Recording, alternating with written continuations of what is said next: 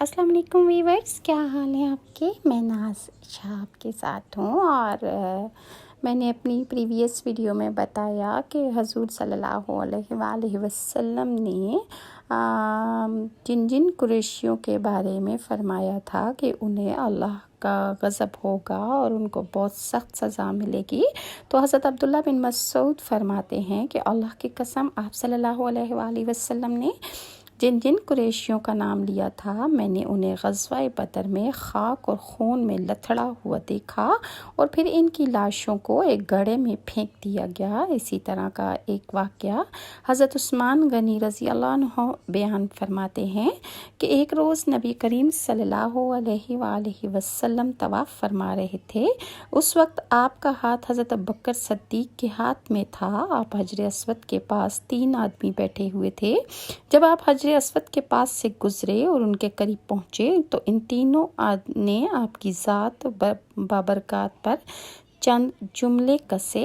ان جملوں کو سن کر آپ کو تکلیف پہنچی، تکلیف کے آثار آپ کے چہرے سے ظاہر ہوئے۔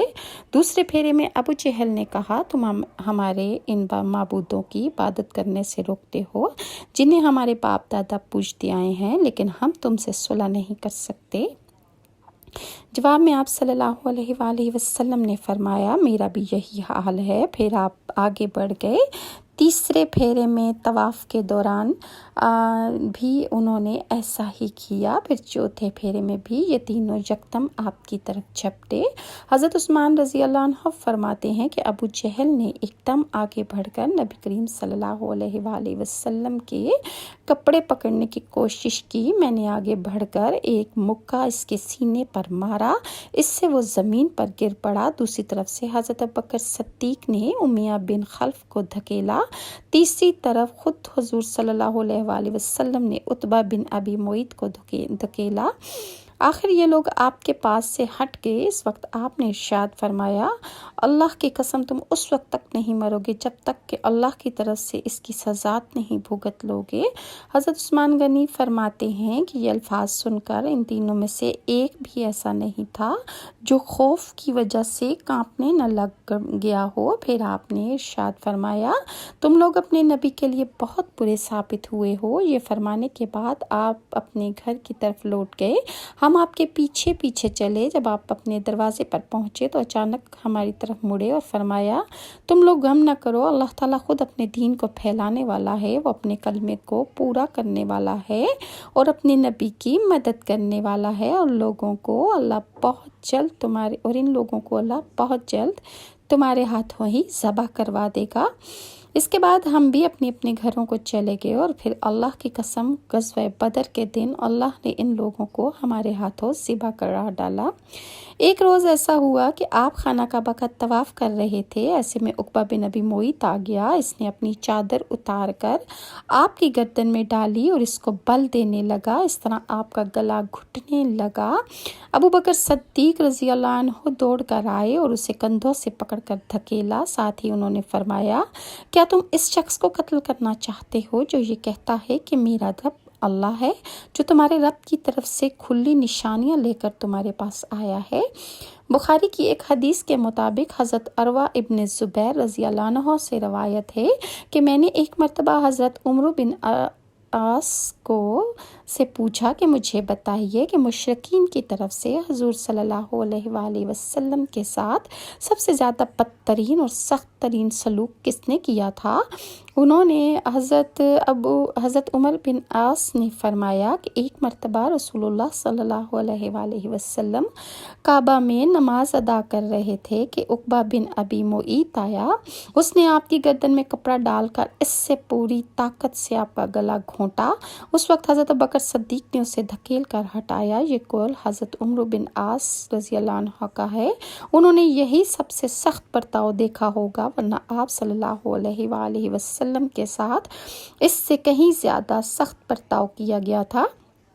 پھر جب مسلمان کی تعداد 38 यानी 38 हो गई तो अबू बकर सिद्दीक ने आप से अर्ज़ किया कि अल्लाह के रसूल मस्जिद हराम में तशरीफ़ ले चलिए, हम वहाँ नमाज अदा करेंगे। इस पर आप सल्लल्लाहु अलैहि वसल्लम ने इरशाद फरमाया, अबू बकर अभी हमारी तादाद थोड़ी है। अबू बकर सिद्दीक ने फिर इसी ख्वाहिश का इजहार किया। आखिर हुज़ूर सल्लल्लाहु अलैहि वसल्लम अपने तमाम सहाबा के साथ मस्जिद हराम में पहुँचे। हज़रत अबू बकर सिद्दीक ने खड़े होकर खुतबा दिया, लोगों को कलमा पढ़ लेने की दावत दी। इसी तरह हज़रत अबू बकर सिद्दीक सबसे पहले वो शख्स हैं जिन्होंने मजमे में खड़े होकर इस तरह तबलीग की। इस खुतबे के जवाब में मुशरिकीन मक्का अबू बकर सिद्दीक पर और दूसरे मुसलमानों पर टूट पड़े और उन्हें मारने लगे। हज़रत अबू बकर सिद्दीक को तो उन्होंने इतना ज़्यादा मार पीट की इंतहा कर दी। उकबा तो उन्हें अपने जूतों से मार रहा था। इसके जूते में दोहरा तल्ला लगा हुआ था। इसने हज़रत अबू बकर सिद्दीक के चेहरे मुबारक पर इन जूतों से इतनी ज़रबे लगाई कि उनका चेहरा लहूलुहान हो गया। ऐसे में हज़रत अबू बकर सिद्दीक के कबीले बनु तमीम के लोग वहाँ पहुँच गए। उन्हें देखते ही मुशरिकीन ने हज़रत अबू बकर सिद्दीक को छोड़ दिया। उन लोगों ने हज़रत अबू बकर सिद्दीक को एक कपड़े पर लटाया और बेहोशी की हालत में घर ले आए। इन सबको यकीन हो चुका था कि हज़रत अबू बकर सिद्दीक अब जिंदा नहीं बचेंगे। इसके बाद बनु तमीम के लोग वापस आए। उन्होंने कहा कि खुदा की कसम अगर अबू बकर मर गए तो हम उकबा को कत्ल कर देंगे। इसके रात तक फिर हज़रत अबू बकर सिद्दीक के पास आए। उन्होंने देखा और हज़रत अबू बकर सिद्दीक के वालिद ने उनसे बार बार बात करने की कोशिश की, लेकिन हज़रत अबू बकर सिद्दीक बिल्कुल बेहोश थे। आखिर शाम के वक्त कहीं जाकर आपको होश आया और बोलने के काबिल हुए तो उन्होंने सबसे पहले ये सवाल किया कि हज़रत सल्लल्लाहु अलैहि वसल्लम का क्या हाल है। घर के में मौजूद अफराद ने उनकी इस बात का कोई जवाब ना दिया। इधर हज़रत अबू बकर सिद्दीक बार बार अपना सवाल दोहरा रहे थे। आखिर इनकी वालदा ने कहा, अल्लाह की कसम हमें तुम्हारे दोस्त के बारे में कुछ मालूम नहीं है। ये सुनकर हज़रत अबू बकर सिद्दीक ने फरमाया, अच्छा तो फिर उम्मे जमील बिनते खिताब के पास जाएं, उनसे हज़रत सल्लल्लाहु अलैहि वसल्लम का हाल दरियाफ्त करके मुझे बताएं। उम्मे जमील हज़रत उमर रज़ी अल्लाह अन्हा की बहन थी। वो इस्लाम कबूल कर चुकी थी, लेकिन अभी तक उन्होंने अपने इस्लाम को छुपाए हुए था, क्योंकि हज़रत उमर रज़ी अल्लाह अन्हा अभी इस्लाम नहीं लाए थे। हज़रत अबू बकर सिद्दीक की वालदा उनके पास पहुंची। उन्होंने उम्मे जमील से कहा कि मुझे मोहम्मद बिन अब्दुल्ला की खैरियत बताओ। उम्मे जमील ने चूँकि अपने भाई हज़रत उमर से डरती थीं, वो अभी तक ईमान नहीं लाए थे, इसलिए उन्होंने कहा मैं नहीं जानती। साथ ही वो बोली कि आप मुझे अपने साथ ले जाना चाहती हैं। हज़रत अबू बकर सिद्दीक की वालदा ने फ़ौरन कहा हाँ। इस पर ये दोनों वहाँ से हज़रत अबू बकर सिद्दीक के पास आई। उम्मे जमील ने हज़रत अबू बकर सिद्दीक को ज़ख्मों से चूर देखा तो वो चीख पड़ी, जिन लोगों ने तुम्हारे साथ ये सलूक किया है वो यकीनन फासिक हैं और बदतरीन लोग हैं। मुझे यकीन है कि अल्लाह ताला इनसे आपका बदला लेगा। हज़रत अबू बकर सिद्दीक ने फरमाया, रसूलुल्लाह सल्लल्लाहु अलैहि वसल्लम का क्या हाल है। उम्मे जमील ऐसे लोगों के सामने बात करते हुए डरती थीं जो अभी ईमान नहीं लाए थे। चुनाचा बोली, यहाँ आपकी वालदा मौजूद हैं। हज़रत अबू बकर सिद्दीक फ़ौरन बोले, इनकी तरफ से बेफिक्र रहें, ये आपका राज जाहिर नहीं करेंगी। अब उम्मे जमील ने कहा, रसूलुल्लाह सल्लल्लाहु अलैहि वसल्लम खैरियत से हैं। हज़रत अबू बकर सिद्दीक ने पूछा कि इस वक्त कहाँ हैं। उम्मे जमील ने फरमाया कि दारे अरकम में हैं। ये सुनकर हज़रत अबू बकर सिद्दीक बोले, अल्लाह की कसम मैं उस वक्त तक कुछ न खाऊंगा न पीऊंगा जब तक मैं रसूलुल्लाह से मिल ना लूँ।